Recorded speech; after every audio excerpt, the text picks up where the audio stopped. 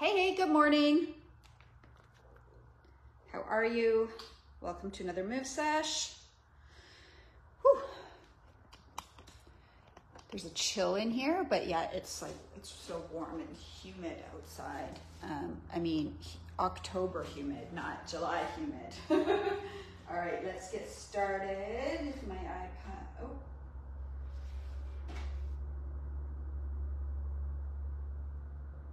There we go. All right. Hey, say hi as you're jumping on and joining me today. Welcome to another session. Starting out with nice, easy twists. I want you to feel this in your spine and your hips, or not feel it in a bad way, but feel just some gentle loosening and mobility, increase in mobility happening. You know, as you're twisting, really reach and loosen up that midsection, and then into some marches. As we get going, as I always do in the beginning of these sessions, I want to remind you and invite you to modify anything that you need to as we go through the session today. The first round is always no impact, low impact, as we get started, because we're warming up, and then gradually as we ease into it, we're going to increase the intensity. Now, as I increase the intensity, you might want to keep it at low, no impact. And I invite you to do so if that's what's right for you today.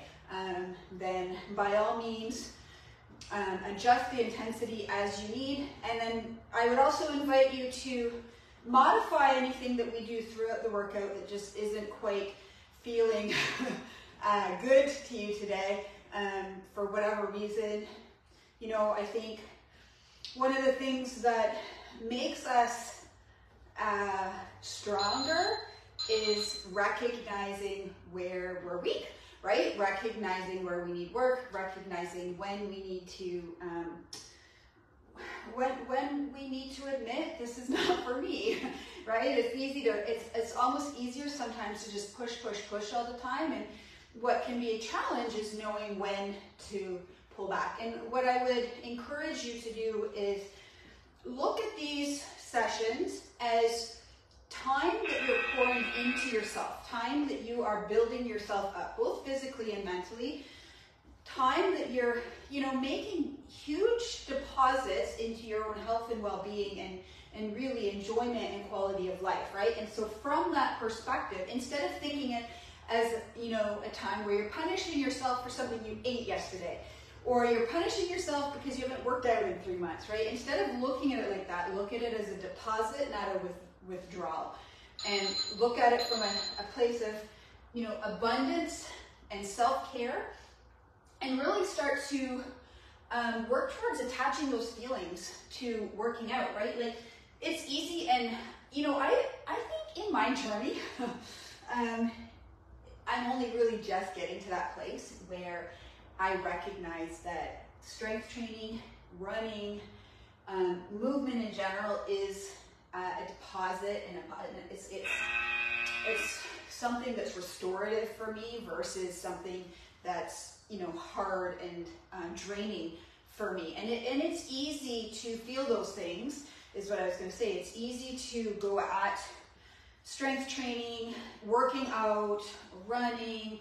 Like, it's easy to see the hardship and challenge in these activities.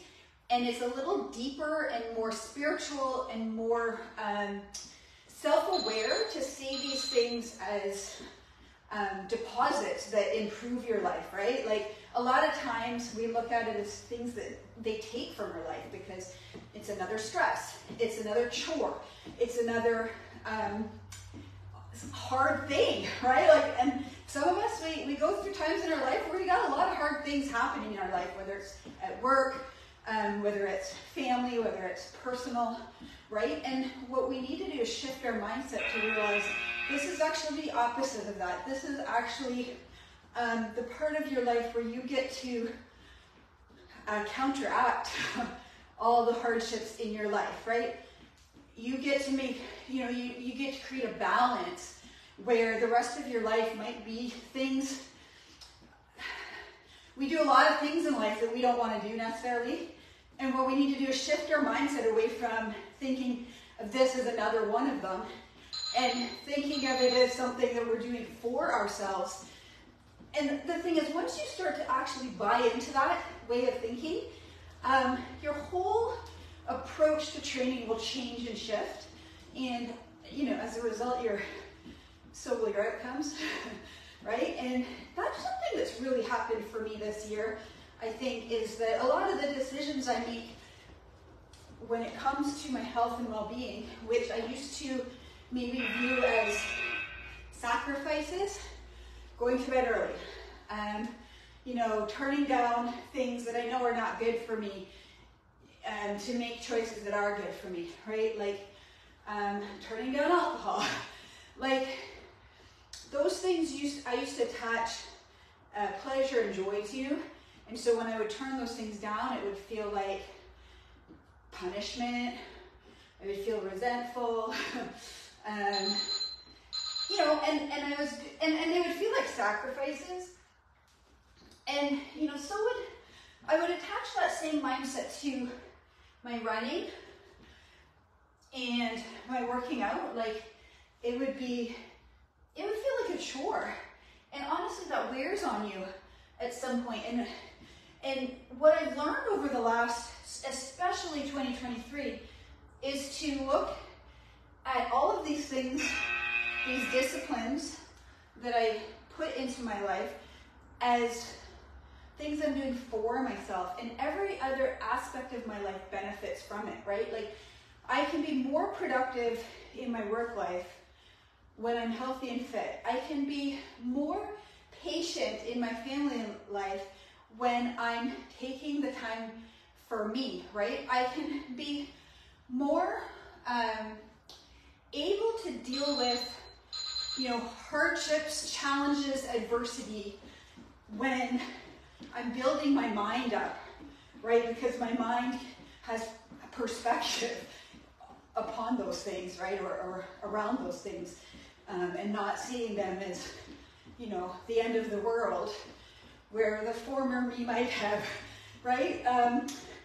So anyways, that's a really long-winded way of saying, modify anything you need, take everything at your own pace, change anything I do to a movement pattern that feels right to you for this particular time, right? Because you're always changing, always evolving. Things that you struggle with today will be easy tomorrow, right? And you'll level up and you'll find other challenges, right? We always want to be in a place where we have some things in front of us that cause us to feel scared, cause us to feel trepidation, right? You know, I've been thinking a lot about that as I'm trying to figure out what my 2024 goals will look like. And I've, you know, for lack of a better way of explaining it, I've leveled up big time in the last couple years, where the things that used to terrify me are now mentally comfortable for me. And initially my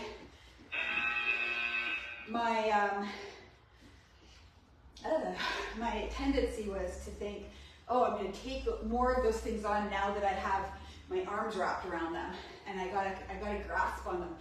And I was thinking, no, that's not what I need to do. What I need to do is find the next thing that scares me, the next thing that makes me feel doubtful, the next thing that I wonder if I can actually do, and do that, right? And, you know, it's interesting in life how easy it is to become complacent. And I wrote something recently about my son's season this year with baseball, and one of the big takeaways I had was how often, you know, it's easy to look for change when things are bad. It's a lot harder to look for change when things are good, right? Because again, we can easily accept that everything's good, everything, like for example, what I was just talking about. Okay, so I can look for a harder 200 mile or a harder 100 mile because I feel confident in doing that now. And so you can trick yourself into thinking you're growing and achieving but really you're shrinking yourself, right? Because you're staying in your comfort zone where you're happy and comfortable. And it's easy to do that. It's a lot harder when you're uncomfortable, or sorry, a lot easier when you're uncomfortable, like, because you're like, I want to get out of this situation.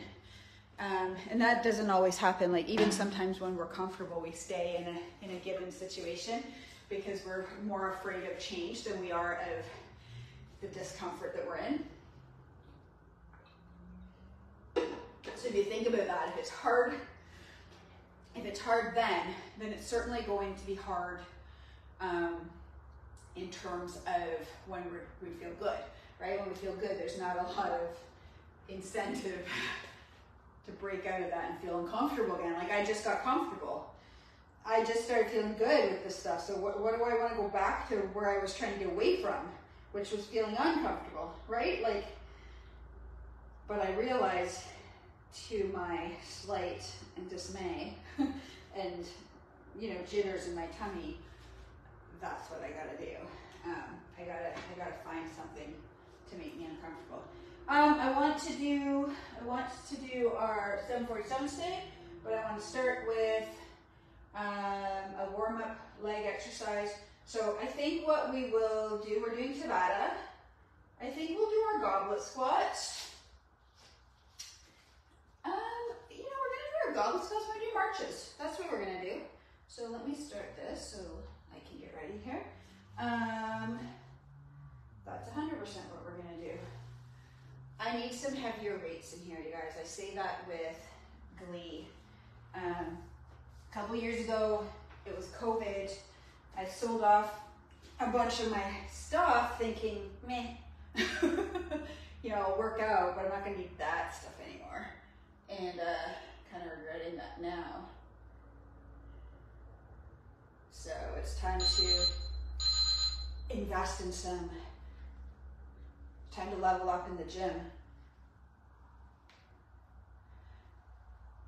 Now you can do this if you're a beginner without weights, of course. You can do this with one weight. You don't need to use two like I'm using. I'm doing that because I lack heavy weights. What's going to be tricky with this set is holding these the whole time. Okay, marches. Now you really do want to go heavy with these. In fact, I'm going to break out some heavier weights for the next round. And what you're doing is lifting with your core. Now if you're a beginner, you might be quite good just doing marches with no weights. So you get these ready. That's one. If you are intermediate, you might do them with, basically, they really don't get challenging until you have a heavy enough weight that they challenge your balance, the marches that is. And the squats is another one you can definitely be doing. All right, breaking at these guys.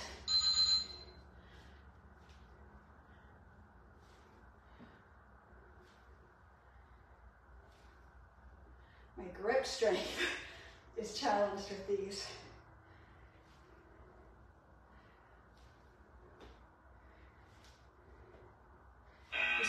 It's fun when you get to the point where you're strong enough to lift the weight physically, but your grip strength can't keep up.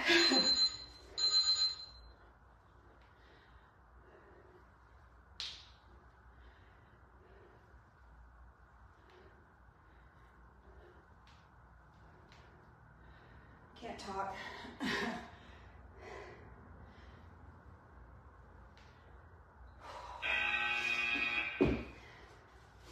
This is round 3. Just stay right here.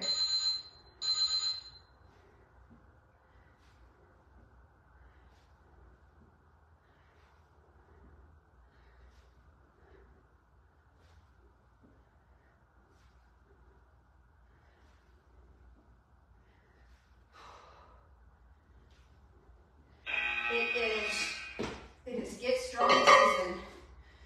my life, in my world, is rebuild season from all the running that I did all summer. I kind of been thinking a lot about this, and I realized, I read this the other day, somebody else commented this, and I thought, oh, I think that applies to me too. I eat more when I'm running high mileage, which makes me put on a little bit of weight, which is not necessarily, you know, I'm not saying that's a bad thing, it's just a thing. Trying to figure out the baseline, right? So let's talk about that for a second. There's our baseline life, right? Where it's like you're, I'm trying to think of the word, homeostasis, right? It's like where your body, this is an important thing to figure out, I think. Your homeostasis is kind of your norm, right? Where your body is, what I want and what I want for you is to create a homeostasis or a norm or a baseline where you are thriving, right? You have high energy, you have good sleep, you have good moods, you're motivated, inspired. That's your baseline. That's what you want to establish. And from your baseline, you want to have peaks. Activity completed. Or seasons of work where you put out you have, oh, the light just came on. You have an output that you're working up towards a peak, and then you have to rest and recover, but you want to come back to the baseline. That's where I am at right now. Trying to figure out where that is. I had that baseline established, I would say, December, January 22, 23. I figured out where that baseline was. Okay, we're going into our 747s next. And that was when I started the Best Me Nutrition program, where I, you know, felt, oh my gosh, so amazing, so much energy, sleeping like, you know, a teenager. Okay, here we go. Motivation, and then I started training, right? And the training took me from probably, I would say, February into, you know, through the summer, and then had a couple of dips after each of my races.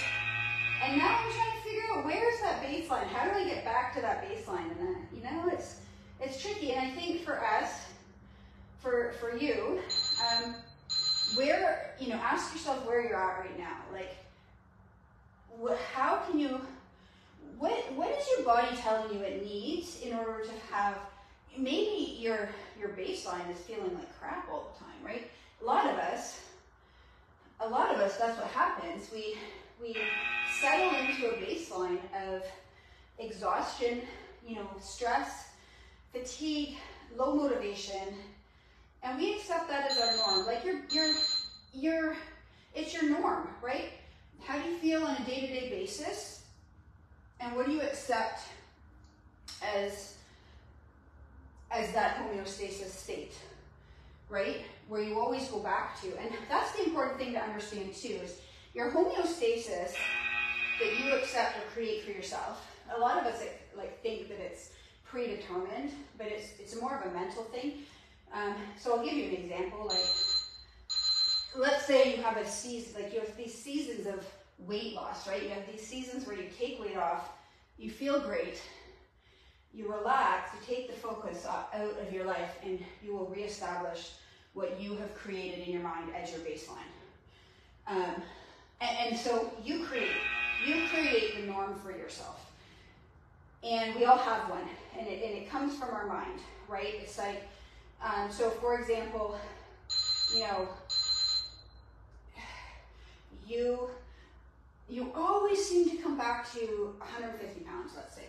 That's your baseline. And it's like you lose weight, feel great, get fit, and then you somehow you end up coming back to that 150 pounds, right? Is that a bad thing or a good thing? I can't tell you that. You have to decide if that is where you feel. feel your best, right? So that when you are peaking, Because here's the thing, you can't always be in peak shape, because then it's not peak, then it's your baseline, right? And peak shape means we're pushing our limits, we're pushing our boundaries, and it means we're gonna need a rest and recovery season at some point after that, where we come back. Now, 150 pounds for you might be when you're heavy and out of shape and you feel like garbage, like you feel tired, lethargic, stressed, bloated, inflamed. You know, that's not a good baseline, right? We want to level up. We want to level up the baseline. So maybe you're in the season of your life where that's what you're trying to do, is you're trying to create a new normal for yourself, where, you know, high energy, you know, confident, well rested is where you sit, where you rest, and you go up from there. You might not even be able to even imagine that place right now. If you're at the beginning of your journey, you might think that is your peak. That shouldn't be your peak. Your peak should be up from there, right? Like your peak is, oh, you're training for a 5K, you're training for a mud girl run, you're training for your first half marathon, you're training for, you know, a triathlon. Like, I don't know, these are the, maybe you're training for a fitness competition.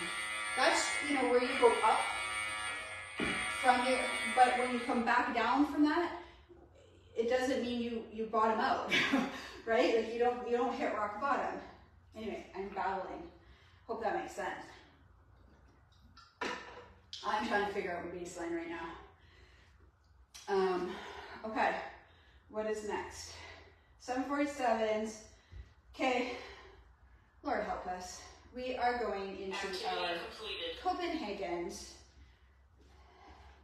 Mama over here is doing Copenhagen's with bent legs today because I don't feel like dragging out my bench. So like while I'm getting my Bosu ball, let me know where are you at right now?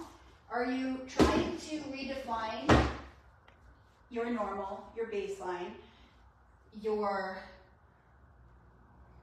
homeostasis state? Are you trying to redefine that to a higher level? Or are you sitting there thinking about where you want to go up from there, right? Like, so if you're at that spot, you're in kind of like what I would call maintenance mode. You're just trying to maintain. Are you trying to get to there? Like, are you trying to establish that for yourself? A new one, right? Your current one, oh, my foot is sliding, is lackluster. And you're not happy living there, right? And truly, we should all be in some kind of state of achievement. I think for me, when I'm trying to establish, when I'm trying to sit in my maintenance mode, it's about me getting stronger, right? It's about me building my body up, right? Pouring into it, doing a lot of work in the gym so that I'm strong, doing a lot of mobility type stuff so that I'm, you know, loose and limber, so to speak. So this move, I should pause there for a moment. This is an extremely difficult advanced move, and what I want you to do, if this is outside of your realm, is you can do side plank that looks somewhat like this.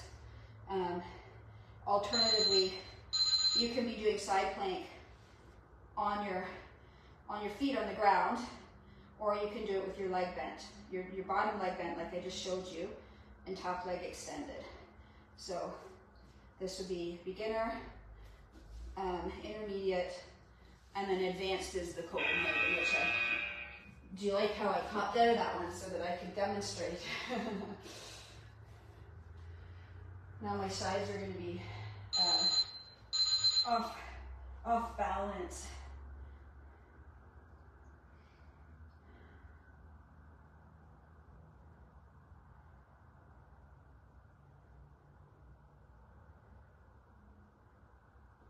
This move works, you know, pretty much your whole body. It works your upper body, it works your core, it works your inner outer thighs on both legs. Works your arms and your shoulders. There's not much that's going on that's relaxed in this move.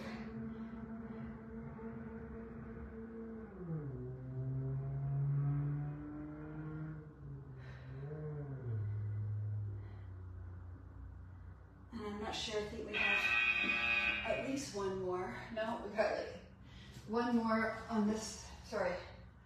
We got 3 more. 2 more on this side, 1 more on the other side.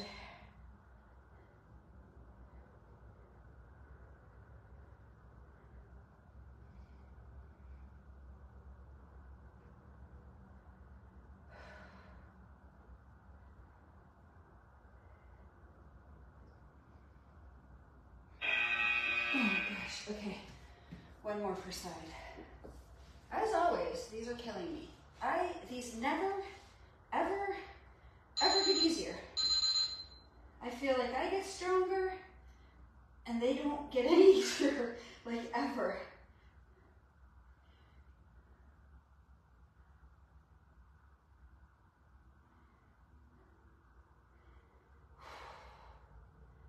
Oh, goodness me. Okay, 1 more. I will just say again, these are so dang good for us, like unreal good. Which is why we do them. I do them at least once a week, if not 2 to 3 times a week in my workouts. These make an appearance.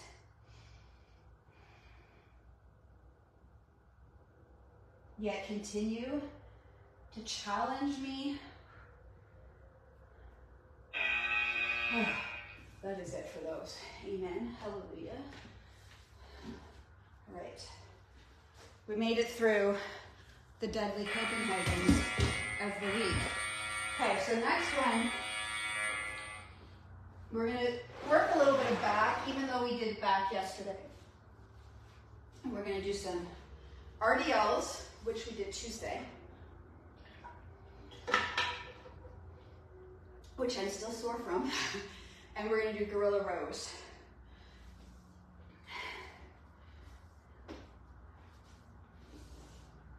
All right. Activity completed. 1 more drink. Trying to get through.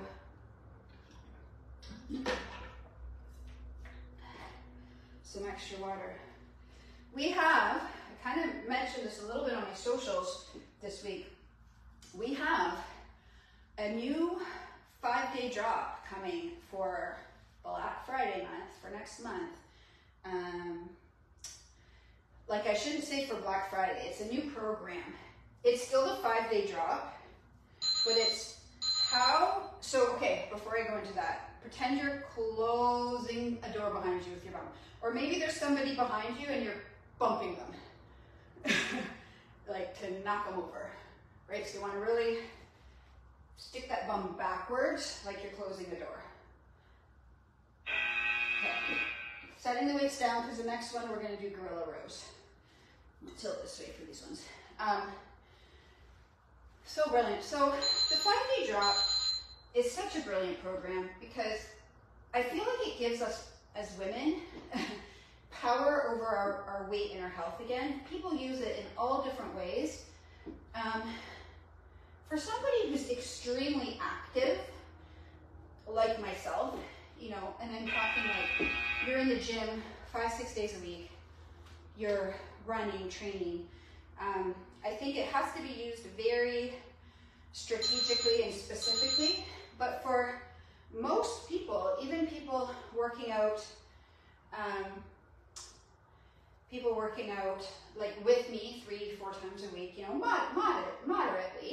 modestly, the 5-day drop gives us control again. So for example, the holiday season is coming up and the average person gains 7 pounds. Now if you think of the average person going into the holiday season already wanting to drop 7 pounds, right? Like already, the average person is like, if you ask them, they're like, I'd like to drop a few pounds.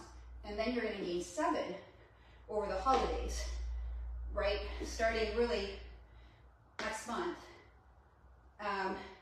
You can imagine, I would argue, that a lot of that 7-pound weight gain is inflammation, digestive stress, and bloating. water retention, not necessarily fat loss or fat gain per se, but it's all those things. And those are the things that the 5-day drop literally strategically targets. And so could you imagine going into the holiday season, following the holiday plan for the drop and either staying the same or losing weight while still enjoying all your holiday favorites? Brilliant, brilliant.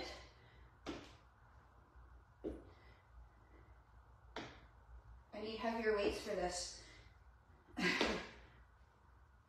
So I'm really excited about that, and I'm not sure why I brought that up, other than I get excited about the nutritional strategies that both the 5-day drop and Best Me have taught me, that have given me control over my body again, where, you know, for years, how many of us as women feel out of control when it comes to our body, right?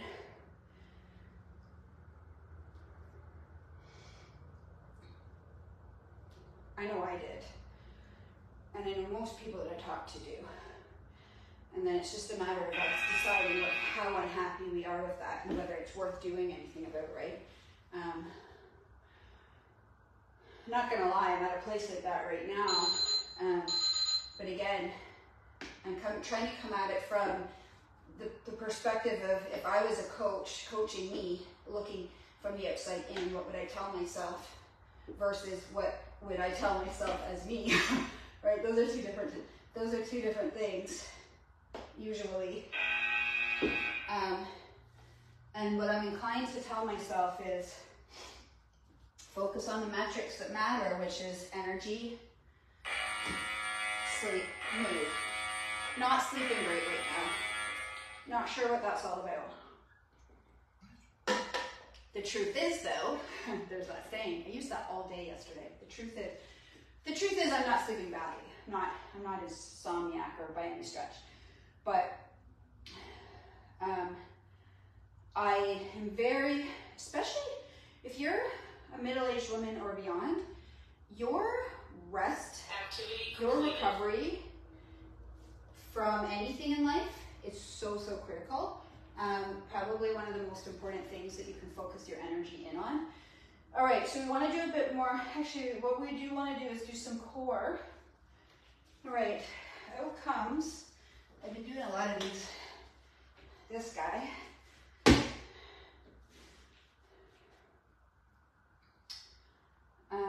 I know what we're gonna do. Not done these in a long time. I'm not sure I can do these with the 30, but we're gonna give it a try. Don't need that for the first round. Okay, let's get this started. I'm gonna put the 20 out. I don't know if I can do what I wanna do with the 30s, but. Okay, well, anyway, we're gonna start on our back. And I do think we did this week. So I latch on to core exercises and they become my favorite. And so this is one, this is the flavor of the week. This is the favorite of the week, is the toe reaches. Do these without a weight if you're a beginner. You can use a moderate weight. Okay, and you're just gonna reach up. I've done so many of these this week. I wanted to do them with the 30, but I might have to drop. I was doing these in my living room yesterday, set after set after set. Okay, the next one, you're going to be on your knees, and you're going to come up and slam down. Now again, you can do this without a weight.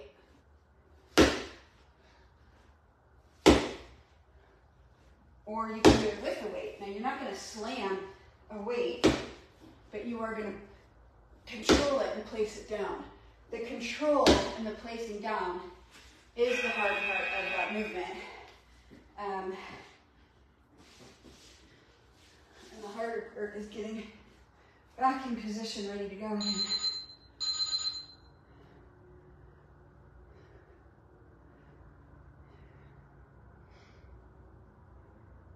Still dealing with a bit of a fussy shoulder.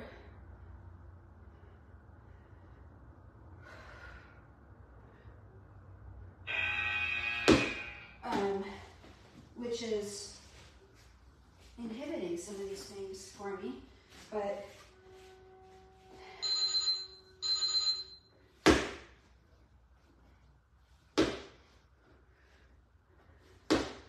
there's a temptation to slam this because it is a slam ball, but you guys probably don't have a slam ball, and so I don't want to demonstrate a slam because you can't do that with your weights at home. On another note, I'm going to the Taylor Swift movie tonight, so with my daughter, my sister, and my niece. So I'm excited for that. Not as excited as my daughter, who's been planning, oh my gosh, for months since we booked it. What we're gonna do is stay here. We're gonna do another round like that. And then we're gonna turn around and do 2 sets of the other one.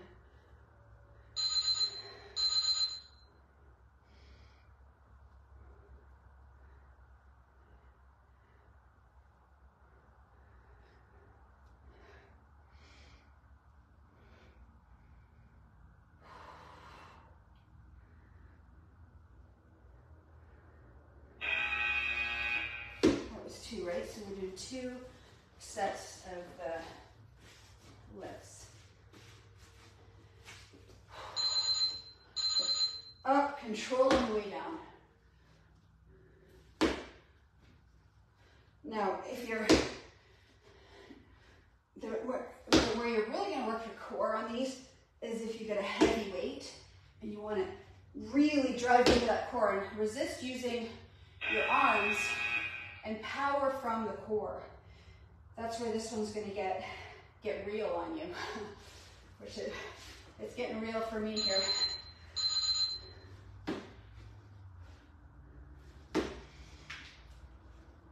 Because you wanna use power to drive that weight up, not arm strength. One more. That was good. That was good. And we're gonna finish with my other flavor of the week right now, which is gonna be what's called core hollow. We're gonna do all 8 rounds of the tabata. So if you haven't noticed, tabata is 8 rounds of 20 seconds. You do 20 seconds, you get 10 seconds rest. Repeat 8 times. Usually we alternate 2 exercises, so you do 4 of each. Not this next one. This next one we're going to do core hollow. Activity completed. And it's going to be 8 rounds of core hollow. Okay, so this is a core one again. Even my core is sore this week. Like, it's been a good week. It's been a good week in the gym. Okay. I'm gonna have my weight handy because I might grab this guy. And so what I'm gonna do, I think, is alternate with and without weight. Because it's gonna alternate my position. You want your back really pressing. So really drive that lower back into the ground, right? That's gonna make sure that your core is pulled in. You're gonna have your arms up, and then you're gonna lift your legs up. If you're a beginner, you can come up into this position. The further down you bring your arms and legs, the harder it is. So you're in like a boat. That's another thing you can call this is boat. Literally one of the hardest, I think one of the hardest core exercises.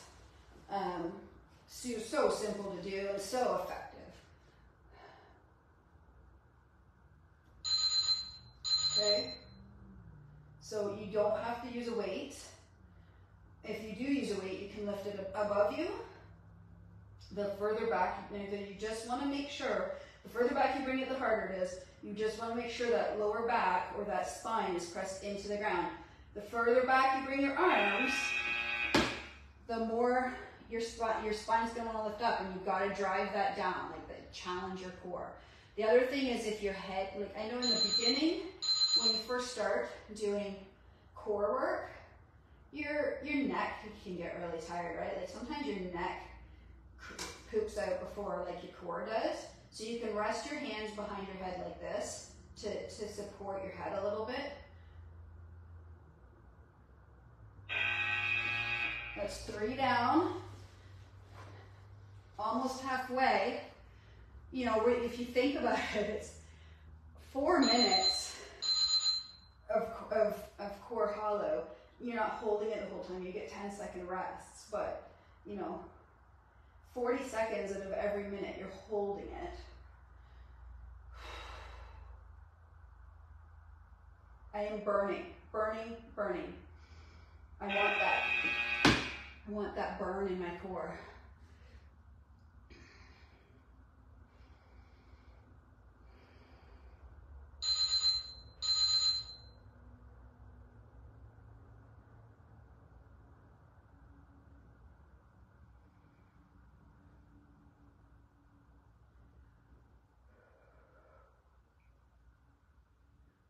Pushing that back in.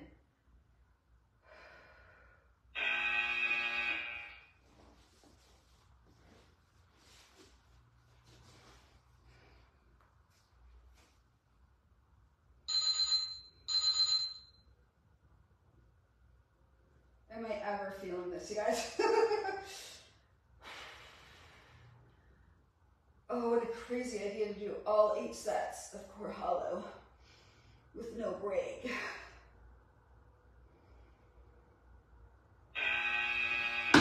I do believe we have 1 more of each.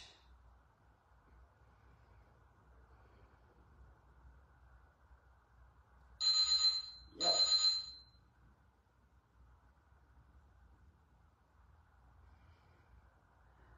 Take breaks if you need to, right? Like there's no, you know, you don't got anything to prove. You guys, this is your time. Remember, like I said in the beginning,